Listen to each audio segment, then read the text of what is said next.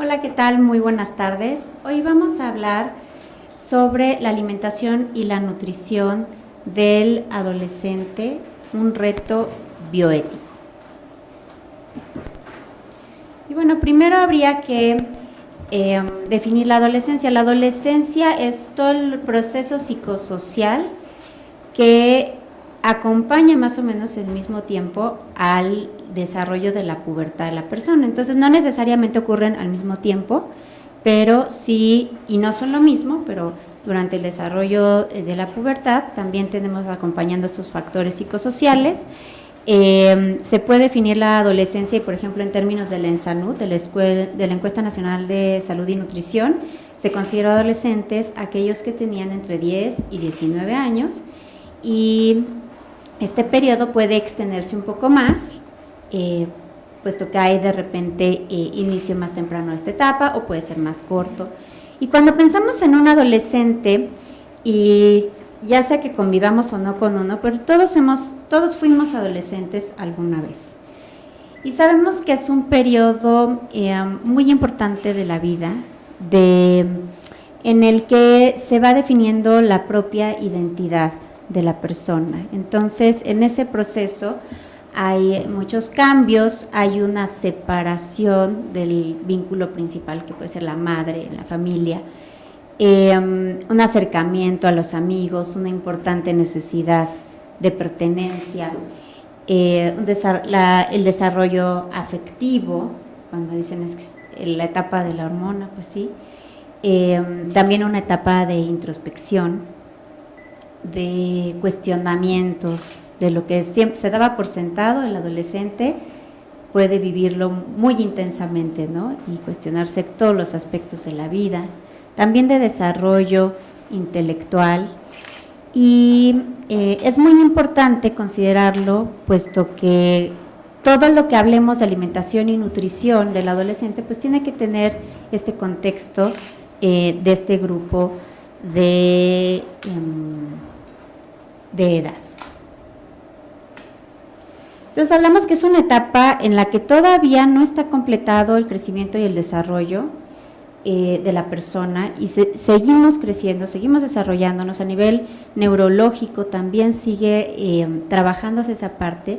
Está el desarrollo puberal, el desarrollo neurológico y la definición de la propia identidad.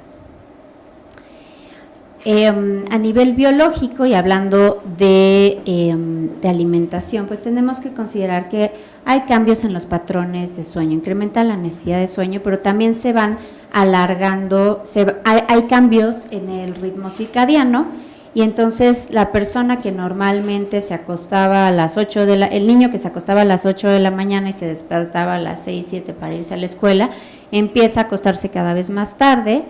Al día siguiente, si tiene que ir a la escuela, se levanta temprano, pero ¿qué pasa los fines de semana? Y es la imagen que tenemos todo, el adolescente que se queda despierto hasta muy altas horas de la noche, y en la mañana se despierta mucho más tarde. Esto es natural, o sea, naturalmente el cuerpo va pidiendo esto, y entonces uno sí en adolescencia tiende a acostarse más tarde, despertarse más tarde, si así se puede, pero hay la presencia actualmente de otros factores que hacen que estos periodos todavía sean más alargados. Por ejemplo, los dispositivos electrónicos. Tenemos el acceso a los teléfonos inteligentes, en esta necesidad de aceptación y de vinculación están las redes sociodigitales, que también ocupan mucho tiempo en la noche, y esta exposición a la pantalla. ¿Y qué pasa? Entonces se duerme más tarde el adolescente, pero en ese periodo en el que mantiene la vigilia en un horario para el cuerpo no está programado para estar en vigilia, ocurren varias cosas. Por un lado, nosotros sabemos que en el núcleo supraquiasmático del cerebro, pues ahí hay se da esta regulación del ritmo circadiano, y tiene mucho que ver con la exposición a la luz y a la oscuridad. Entonces el adolescente mantiene una exposición a luz artificial en horarios en los que el cuerpo no está programado, para tener, por decirlo de manera coloquial, activación de ciertas hormonas que tendríamos más activadas durante el día para el procesamiento de la energía que estamos ingiriendo. Entonces hay ingestión de alimentos al dormirse más tarde, en horarios pues, que no debiera haber. Y hormonalmente hay alteraciones que a largo plazo pues nos pueden ir favoreciendo procesos como el de la obesidad, de desarrollo de enfermedades como la obesidad, como la diabetes. Por poner un ejemplo, se han hecho estudios en personas que trabajan haciendo veladas y que tienen, si medimos la cantidad de energía que consumen la misma cantidad de energía que sus pares que trabajan o que tienen una vida diurna, y el riesgo de desarrollar estas enfermedades metabólicas es mayor, se ha observado mayor en estas personas que trabajan en turnos de noche. Entonces, pensando en esta etapa de la adolescencia, pues es importante considerarlo un factor de riesgo. Y bueno, hay incremento en la necesidad de energía por este crecimiento y desarrollo. Entonces, puede ser que vemos a los adolescentes, sobre todo al inicio del desarrollo de la pubertad, que quieren comer todo el día cualquier cosa. Empiezan los periodos como de cuando se da el famoso, entre comillas, estirón, entonces hay siestas, hay incremento en la ingestión de energía y bueno, pues es deseable que haya mayor ingestión de esta energía, pero tiene que ser, y lo que vamos a procurar es las fuentes de esa energía que sean las más adecuadas y que además en esta necesidad de consumir más energía no se pierda esta capacidad de percibir el hambre, la saciedad y confundirlas con otros estímulos. Y también hay la necesidad de hacer, así como hay necesidad de descanso, también de hacer actividad física. ¿Para qué? Para desarrollar todo el sistema musculoesquelético en los primeros años de la vida, desde que nacemos hasta los 30 años aproximadamente. La absorción de calcio es un periodo crucial que requiere una adecuada ingestión de calcio, de movimiento, etcétera. Entonces es un periodo biológicamente muy importante que deja una huella para la vida adulta importante. ¿Qué pasa con el adolescente en México? Bueno, en la Encuesta Nacional de Salud y Nutrición 2012 y en la revisión de Medio Camino del 2016, observamos la prevalencia nacional de sobrepeso y obesidad en la población adolescente, que está alrededor del 36%.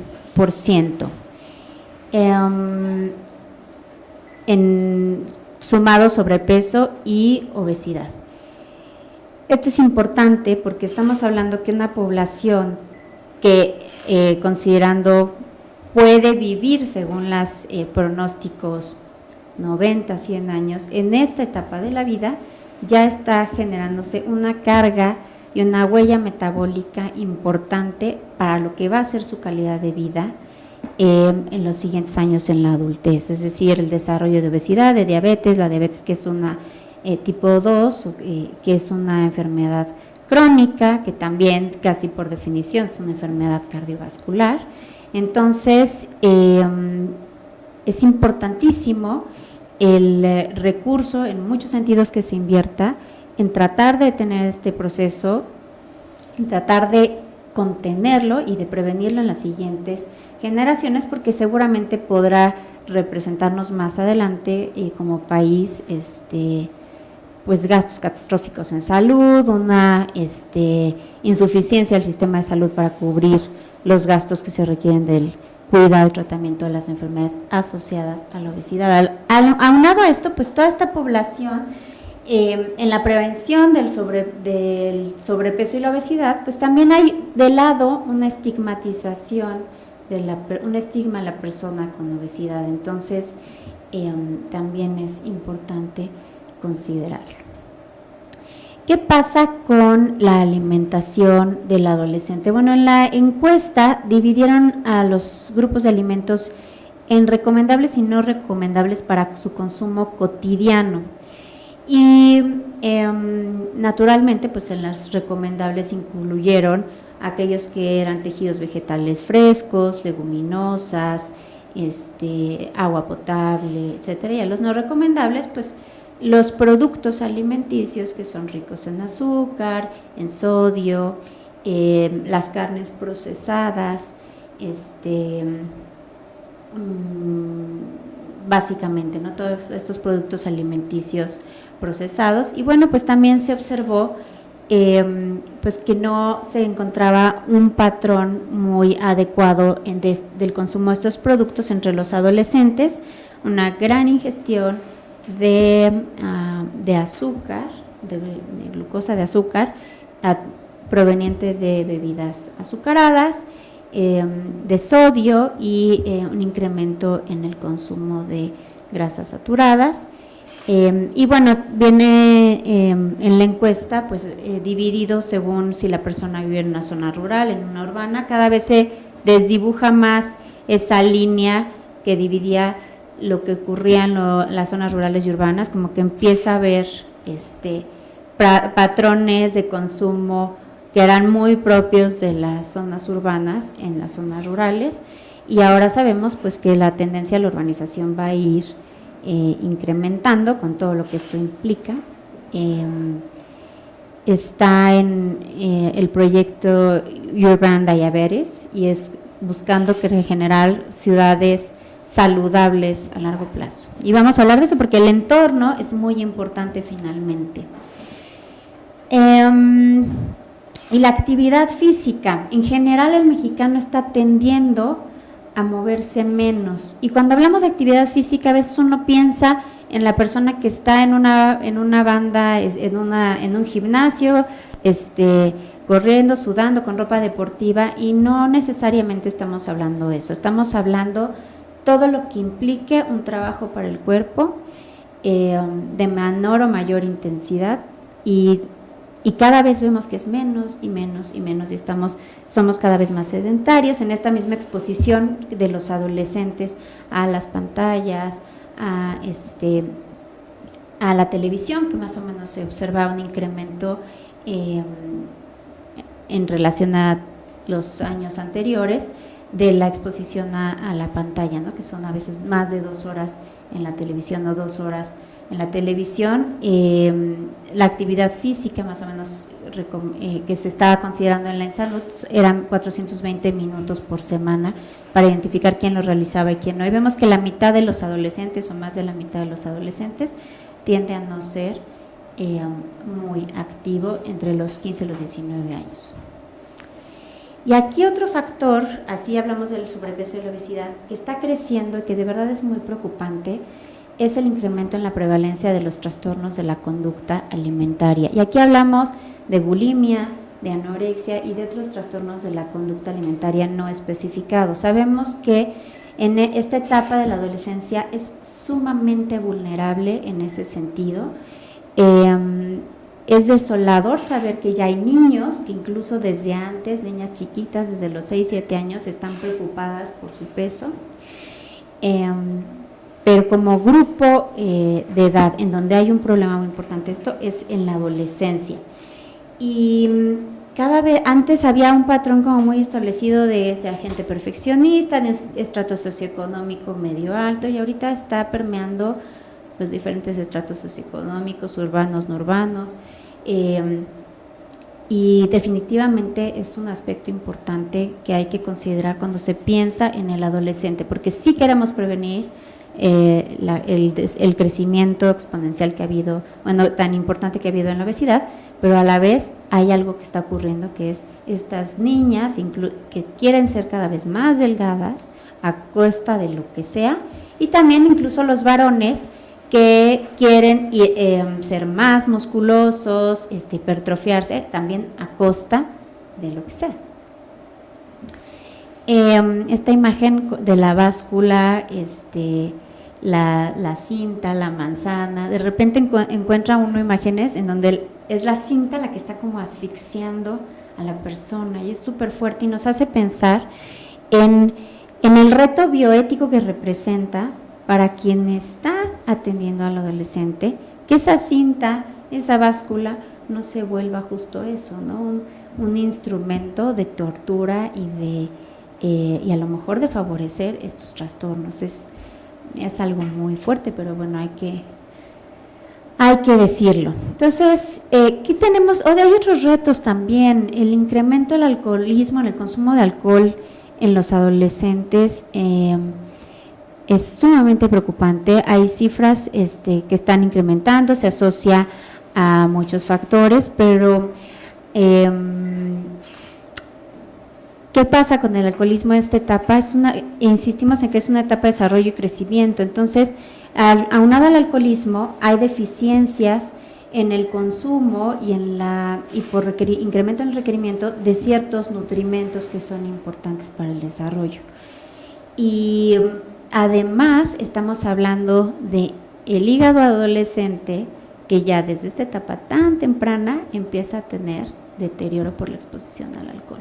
El embarazo adolescente, que en términos de nutrición, pues representa todo un reto. Y yo trabajaba en una clínica de cirugía bariátrica, donde al lado teníamos la clínica de embarazo adolescente, y de verdad era muy fuerte ver estas niñas que no estaban bien nutridas y que se embarazaban, muchas veces sin haber consumido el ácido fólico que tenían que consumir previo a, porque no eran embarazos planeados, y entonces estaban con el doble reto de ellas tener que estar bien alimentadas y nutridas por estar en un periodo de desarrollo y crecimiento, pero a la vez tener que cuidar el desarrollo, el crecimiento de esa persona que ya estaban y atraían en su vientre, o de ese producto de esa persona.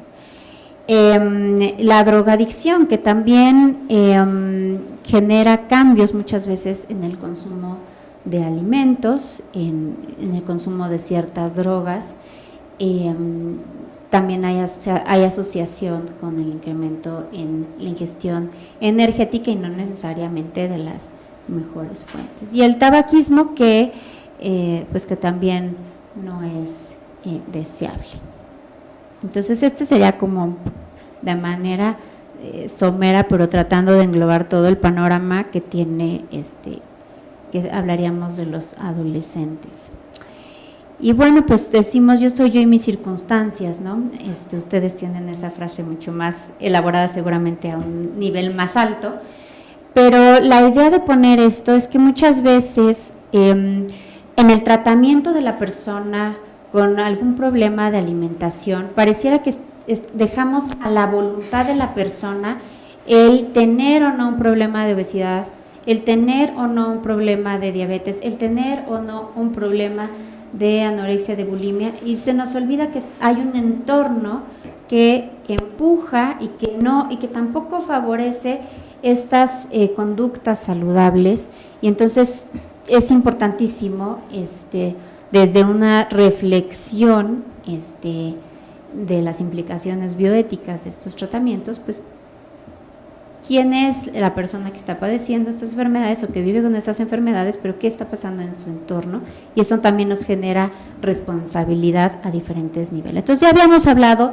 de esta disposición a dispositivos electrónicos, un bombardeo impresionante de información, de datos, la disminución de las horas del sueño que mencionábamos al principio, pero también vemos un patrón de mucha soledad en el adolescente, ¿no? O sea, ya los padres trabajamos y no siempre estamos en casa, y entonces hay una experiencia a la hora de la comida muy diferente de lo que seguramente vivieron nuestros abuelos, en donde había una hora de comer, donde la gente sentaba a la mesa, preparaba la comida la mamá, la tía, o sea, había otros. Ahorita ahí se recurre mucho a la comida rápida, a la improvisación, la variedad de lo que consumimos cada vez es más y más y más pobre, y pues ¿quién acompaña al adolescente comiendo?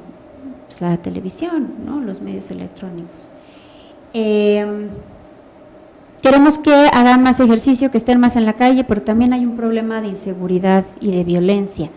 Entonces muchas veces pues no se sale a hacer ejercicio y a estar en la calle por esta cuestión de la violencia. Por ahí hay estudios en los que se analiza la estructura de las ciudades y si son ciudades diseñadas para ser más peatonales, si tienen mayor seguridad, qué tanta disponibilidad hay de estas tienditas de abarrotes cerca o lejos de las casas, qué tan caminables son. Incluso hay se habla de la ventana rota, ¿no? Donde hay ventanas rotas, hay más violencia, y eso también hace que la gente cambie sus patrones de actividad física y de alimentación. Entonces, hasta desde ahí, y de uso de automóvil, ¿no? Entonces, la hidratación con base en bebidas azucaradas, no agua, no tenemos bebederos en la ciudad, en todas partes. Si queremos tomar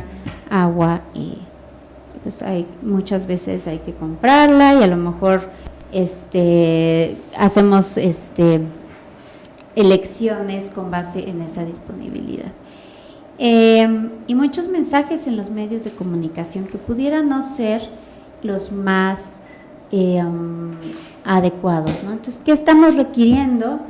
Parques, espacios para realizar deporte, pero seguridad en esos lugares. Y ahí hay un reto bioético, o sea, ¿qué estamos haciendo para favorecer esto?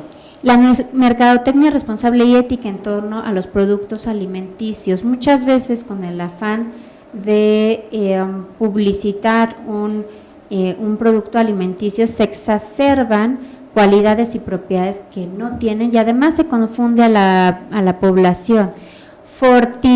No sé qué, y para que tengas mucha energía, y para que bajes de peso más rápido, y cosas que aterrizándolas pues no son en realidad ciertas, y pueden confundir, y eso no, ahí estamos hablando pues de una publicidad engañosa, de una mercadotecnia que puede ser manipuladora, y de una constante exposición.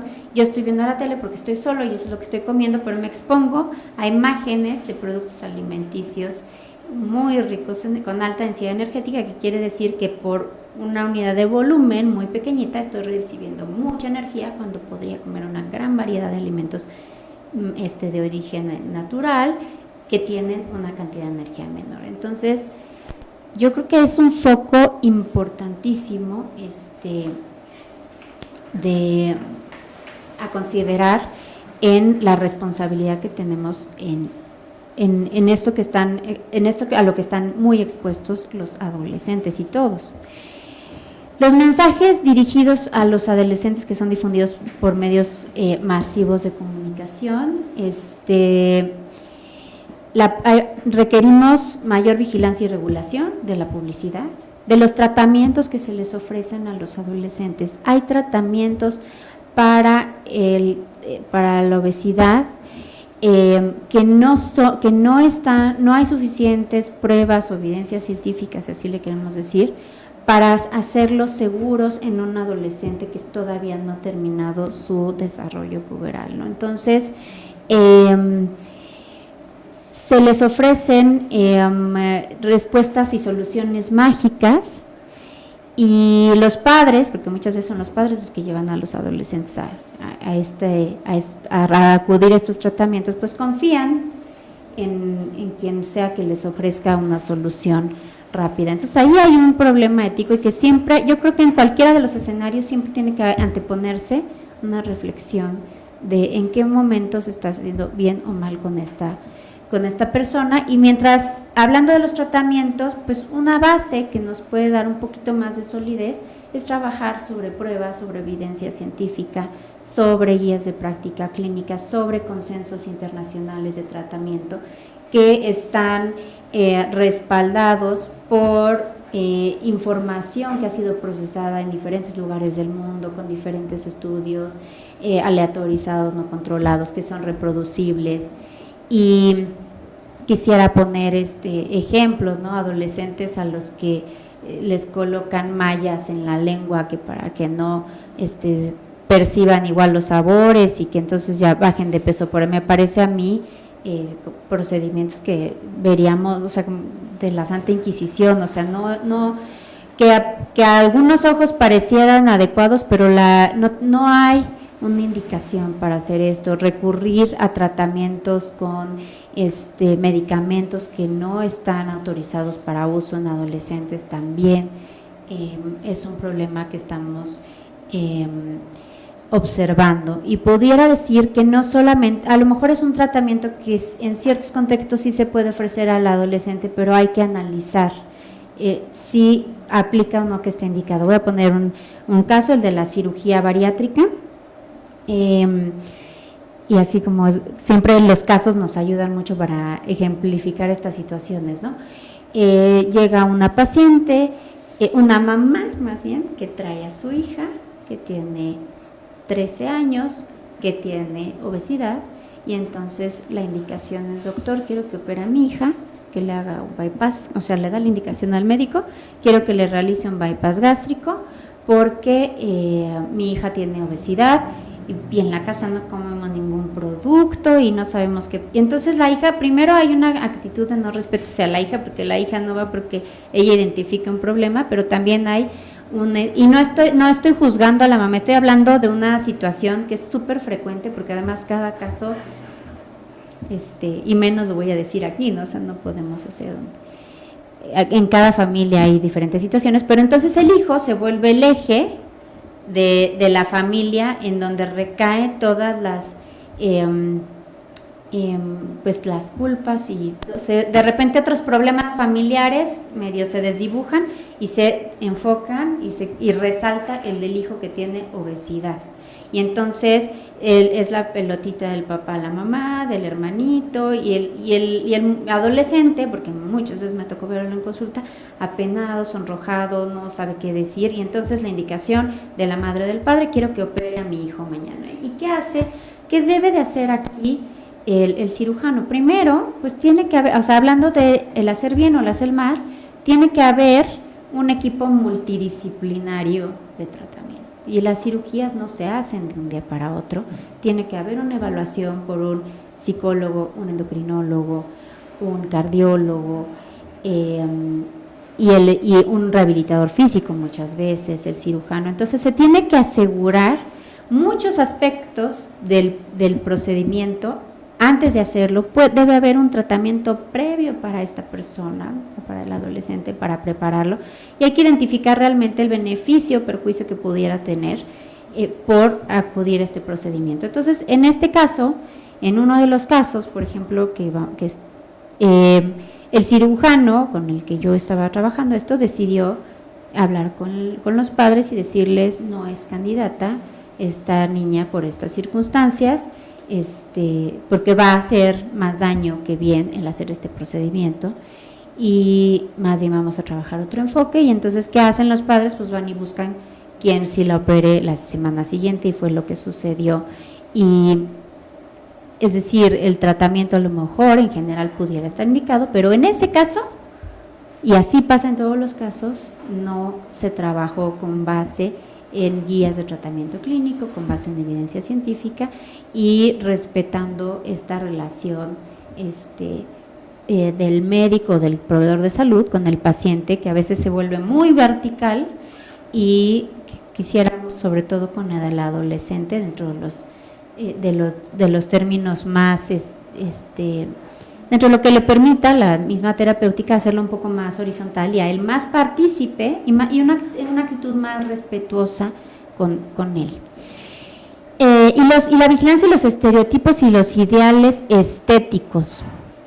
Hay cada vez más consultas en la red, en la internet, de adolescentes buscando dietas para bajar de peso rápidamente, programas o sea, hace poco, incluso ahorita justo me viene a la mente un caso de una chica en Monterrey que tuvo complicaciones serias en su salud por ingerir tratamiento con pastillas, ¿no?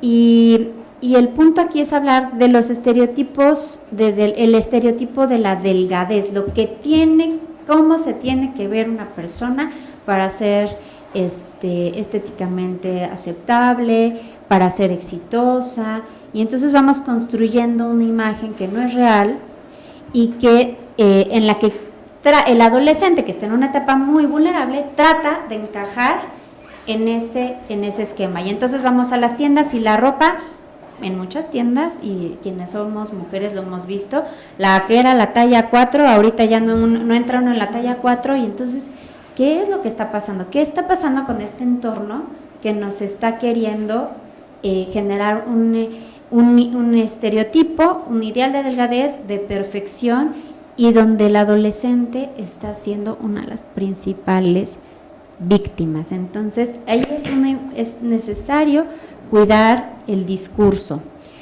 El entorno cercano, la comunidad, se tiene que trabajar más intensamente con la prevención del uso del tabaco, drogas, alcohol desde casa, en los programas comunitarios, en el centro de salud, en la escuela, pero también las redes sociales de verdad se están volviendo cada vez más fuertes, y entonces tenemos que ser más eficaces en nuestras maneras de acercarnos al adolescente. La semana pasada, o hace unos pocos días, pude observar en internet la presentación de un chico que daba ideas a otros adolescentes de juegos para tomar. Y entonces el juego número 1 es el número 2, el número 3. Y las empresas que venden esos productos, el alcohol en sus diferentes variedades, haciendo eco de esto.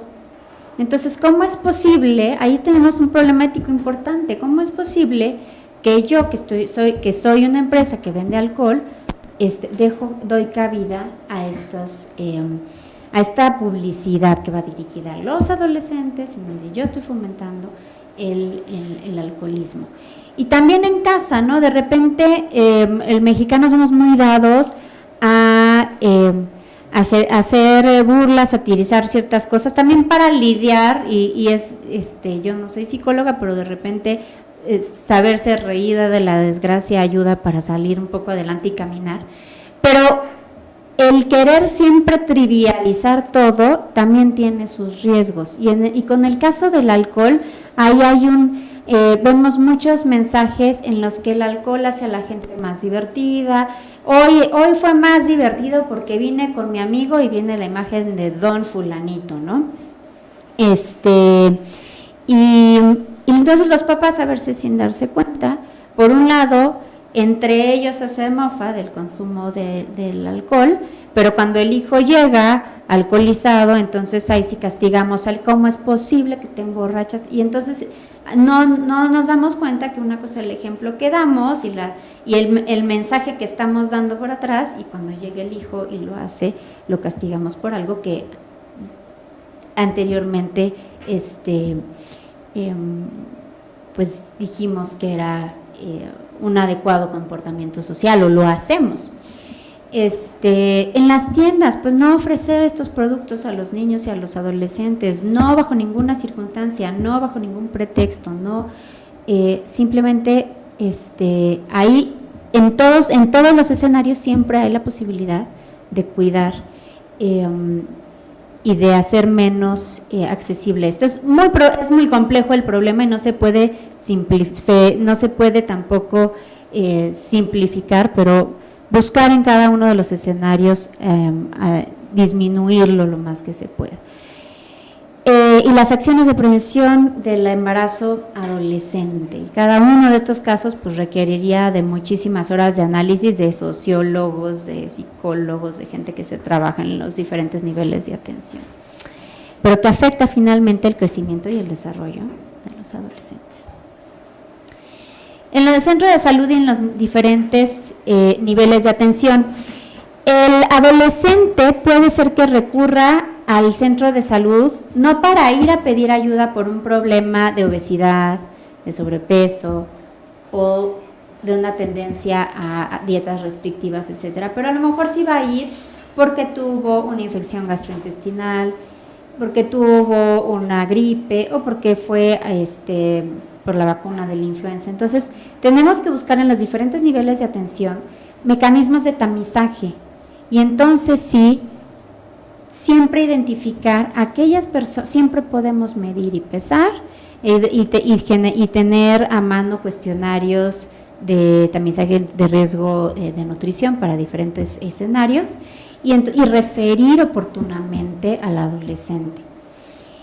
Y este es un arma de dos filos, porque algo que puede pasar mucho con la persona con obesidad y que es una queja recurrente, y eso pues lo vimos en clínica muchos años, es que el paciente llega porque le duele no sé, a la espalda, y antes de que le revisen la espalda, a lo mejor la persona que lo está atendiendo ya le dijo como, no sé qué tengas, pero tienes un grave problema de obesidad y que estás haciendo mal, y ahí hay una agresión y una, y se va desincentivando hasta el buscar atención médica para problemas, porque ya sabe la persona con obesidad, esto es muy real, la persona con obesidad dice, yo no me voy a ir a atender del pie, de la mano, porque tengo una bolita aquí, lo que sea, porque ya no quiero que apenas llegue y pise la sala de espera, se me agreda con esto. Entonces, hay que buscar siempre el respeto, el cuidado en el discurso, el estar estigmatizando, culpabilizando a la persona con obesidad, pero sí identificamos un problema en cualquier nivel de atención, saberlo referir a un tratamiento multidisciplinario, interdisciplinario de preferencia, según sea el caso. También hay una responsabilidad de identificar a tiempo, por ejemplo, la adolescente que llega a la consulta de gastroenterología con episodios recurrentes de reflujo, que ya incluso hay daño en el esmalte dental o de diarreas persistentes y que hay episodios de desmayo, y entonces no podemos quedarnos con la punta del iceberg, y aquí implica pues ¿qué? Actualización en los protocolos y tener una guía de referencia rápida de trastornos de la conducta alimentaria y tener el foco rojo para saber referir ese caso y no pasar por alto una situación de riesgo. También es el acceso a los servicios de salud, y entonces aquí no solo hablamos del actor directo que es el médico, sino también de la disponibilidad que hay de estos servicios, ¿no? O sea, quiero yo referir a la persona a una clínica de trastornos de la conducta alimentaria, pero entonces están rebasadas en cupo, o no cuentan con el suficiente personal, lo hemos visto, y es un problema muy complejo, en el que puede haber situaciones que se van dando de inercia a través de los años, de los mismos esquemas que hay en el sector salud de contratación y de plaza, etcétera, que no es buscar ahorita un culpable, pero sí no podemos cerrar los ojos y decir, sí faltan plazas para ciertos especialistas que estén atendiendo estos problemas que vemos que traen una carga muy fuerte. Somos un país con un grave problema de obesidad y que lo tenemos, que a nivel mundial estamos, pues encabezando, ¿no? Entonces, ¿dónde estamos destinando los recursos en los diferentes sectores para que esto se vaya, no digamos desaparecer, hay que ser realistas, pero un poco mitigándolo, ¿no? O por ejemplo el adolescente que tiene diabetes y entonces pues no puede consumir el medicamento y se le recetan 50 pastillas y 50 cosas que hacer, y no los puede comprar, entonces no va a seguir ese tratamiento. Ahí hablaríamos de la necesidad de hacer un trabajo multisectorial, ¿no? Ahí está una malla en la lengua. Entonces, ofrecer tratamientos basados en pruebas científicas, y de verdad esto pareciera muy obvio, pero uno se sorprende esta ligereza en el pensamiento cuando ve a profesionales de la salud recurriendo a tratamientos que son pues muy mágicos y que realmente lo que están haciendo es hacerle perder tiempo a la persona, la confunde más y además puede generarle daño por ingestión de pastillitas, de tés, de cosas que van a complicar el problema. Como dijimos, tener en cuenta las necesidades expresadas por el adolescente. En el tratamiento nutricio a veces se genera esa imagen del nutriólogo que, no, así si lo pusiéramos, si me imaginara yo una caricatura, a ver, a la báscula, a la cinta, y ¿saben qué pasa? En la realidad, el paciente que tenía que llegar a bajar peso, a lo mejor se toma un diurético unos días antes para llegar a la consulta y dar más o menos el peso que tenía que dar, y la que tenía que subir peso se pone piedritas en la entrepierna donde puede para dar el peso.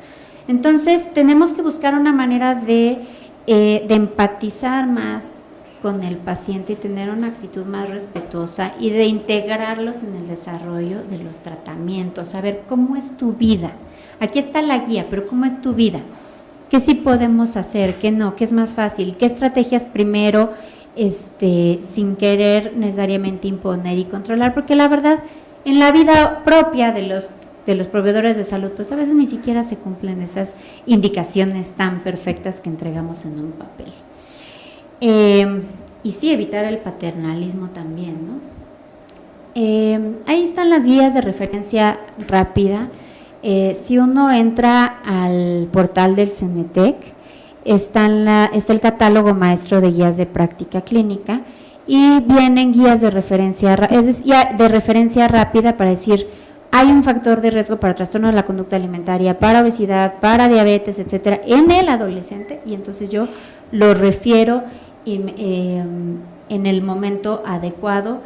Y eso es prevención. Hay prevención primaria, secundaria. Entonces, la prevención primaria, pues trabajaríamos con un sector de la población con ciertas estrategias, pero la detección oportuna también es prevención, porque evito que progrese a etapas más complejas. Y las guías de práctica clínica no es con recetario de cocina. Sí lo quisiera puntualizar. No pueden ser utilizadas para alguien que no tiene experiencia en ese campo de la clínica para atender a la persona. Son justamente unas guías, nos ayudan a identificar las pruebas científicas que hay, identificar cuáles tienen más robustez científica, cuáles menos, y a saber cuáles son los límites del proveedor de servicios de salud. Esta parte sí la puedo hacer yo, esta parte no. Yo tengo los conocimientos necesarios para atender un problema de enfermedad renal, entonces yo lo atiendo.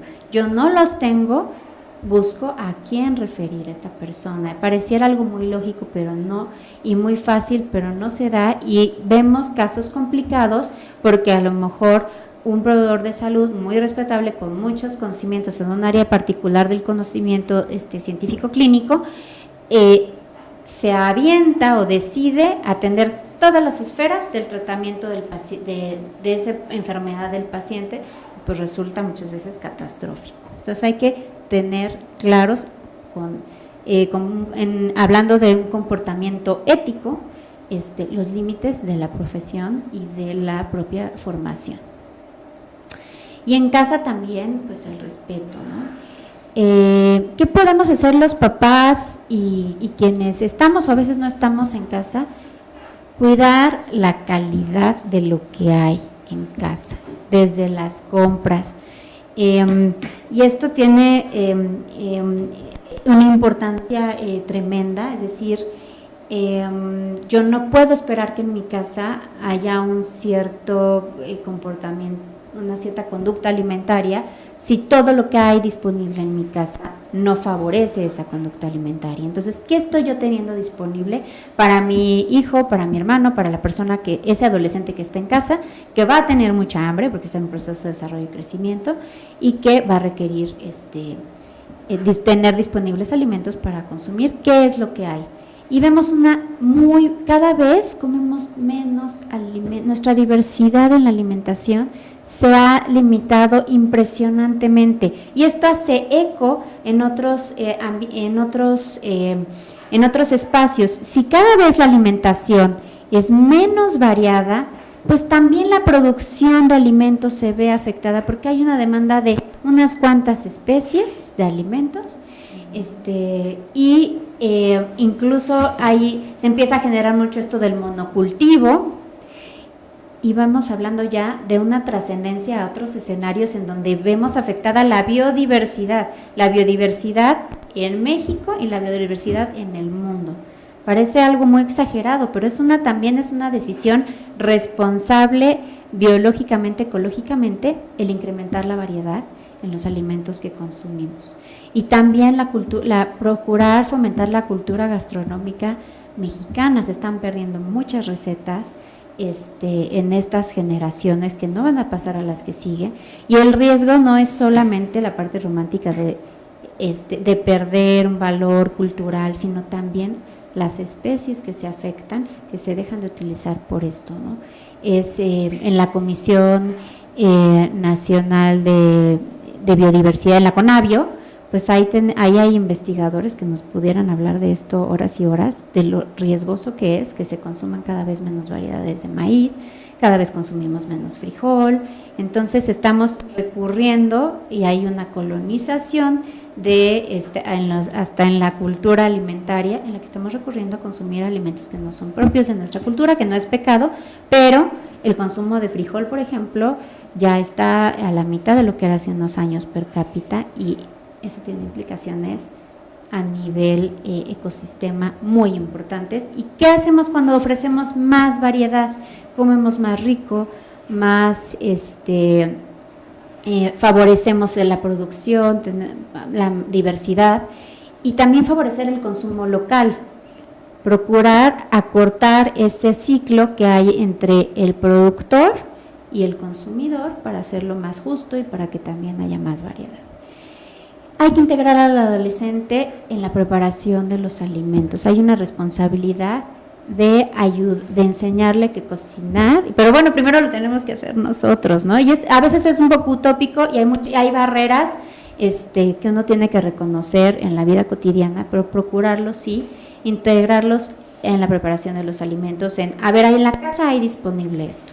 Pero si tú te comes todo el queso y tortillas que hay en la casa haciendo quesadillas todos los días, todo esto demás que hay en casa no se está consumiendo y entonces estamos generando que una persona se consume uno de los productos con cierto precio y con cierto costo para la familia y puedes hacer habiendo estas otras opciones. Esconder la comida no es opción para los adolescentes, es negativo. Estas casas que tienen la alacena con seguro, los vuelven un objeto de deseo y luego se enteran una historia realmente en niños más pequeños que dice uno, bueno, lo que pueden hacer para comerse ese pastelillo que había escondido en un cajón muy lejano porque era muy malo ese producto, entonces no lo dejan de consumir y estamos generando mensajes contradictorios. Tratar de recuperar la comida familiar es complicado, ¿verdad? O sea, si pensamos en el ritmo que estamos viviendo, pero buscar en algún tiempo de comida, sí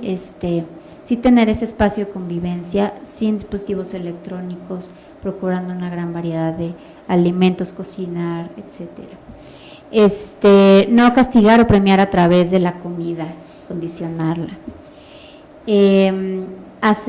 Brindar a los adolescentes asesoría en salud sexual y reproductiva, y sí sabemos ya que hay una población con un alto riesgo de embarazo adolescente, vamos suplementando ácido fólico a tiempo en esas chicas que se embarazan a los 9, 10, 11, 12 años y que se embarazaron y no se enteran que están embarazadas a tiempo y entonces pues bueno, generamos ahí un problema importante. Entonces, también cuidar lo que dijimos, el discurso, los comentarios negativos y positivos sobre el peso corporal. Si bajaras un kilito más te verías maravillosa, si subieras un kilito más no sé qué, o cómo empezamos a juzgar. Hay un proyecto muy interesante en el Instituto Nacional de Psiquiatría que es el Proyecto Cuerpo. La doctora Claudia Niqueli habla de esto, ¿no? De que todos tenemos cuerpos diversos, nos han querido vender un ideal, un estereotipo en el que por querer encajar en eso hay muchos problemas, sobre todo en los adolescentes. Entonces, todos podemos cuidar en nuestro discurso lo que estamos viendo, lo que es un valor en la persona, ¿no? Si es su imagen o si es lo que hace, lo que compartimos con ella, las otras cosas que aporta en la familia o en la sociedad. Entonces, con los hijos hay que tener, con los niños en las escuelas, mucho cuidado con eso. Sabemos ya del acoso escolar, es un tema cada vez pues más en boga, entonces sí el bullying existe y en torno al peso corporal genera grandes problemas, incluso casos de intentos de quitarse la vida en muchos chicos por esto. Es un problema, es una situación muy compleja y requiere un trabajo multisectorial, o sea, necesitamos participación y responsabilidad, no de palabras, sino de verdad real, de de los actores del gobierno, del gobierno a nivel nacional, a nivel local, de la industria alimentaria. O sea, tenemos que ser honrados en nuestra manera de comunicar la información y procurar declarar cuando hay conflictos de intereses, no maquillar información que no debe de manifestarse,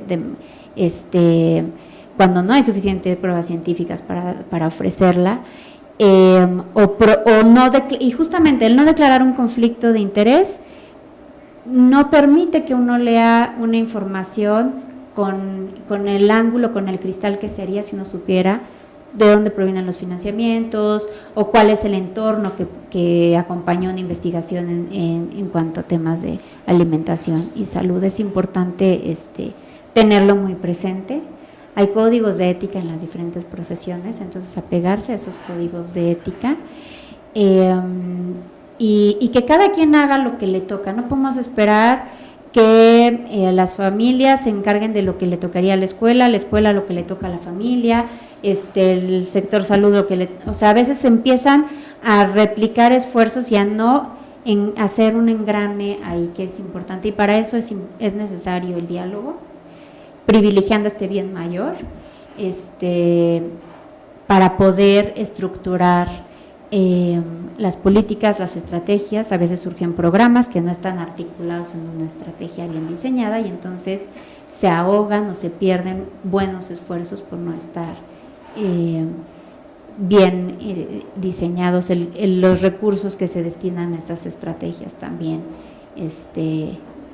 Pues ahí hay siempre en los diferentes casos vamos a encontrar el dilema ético, ¿no? En todos los aspectos que tienen que ver con la alimentación y la nutrición, y bueno, en este caso del adolescente.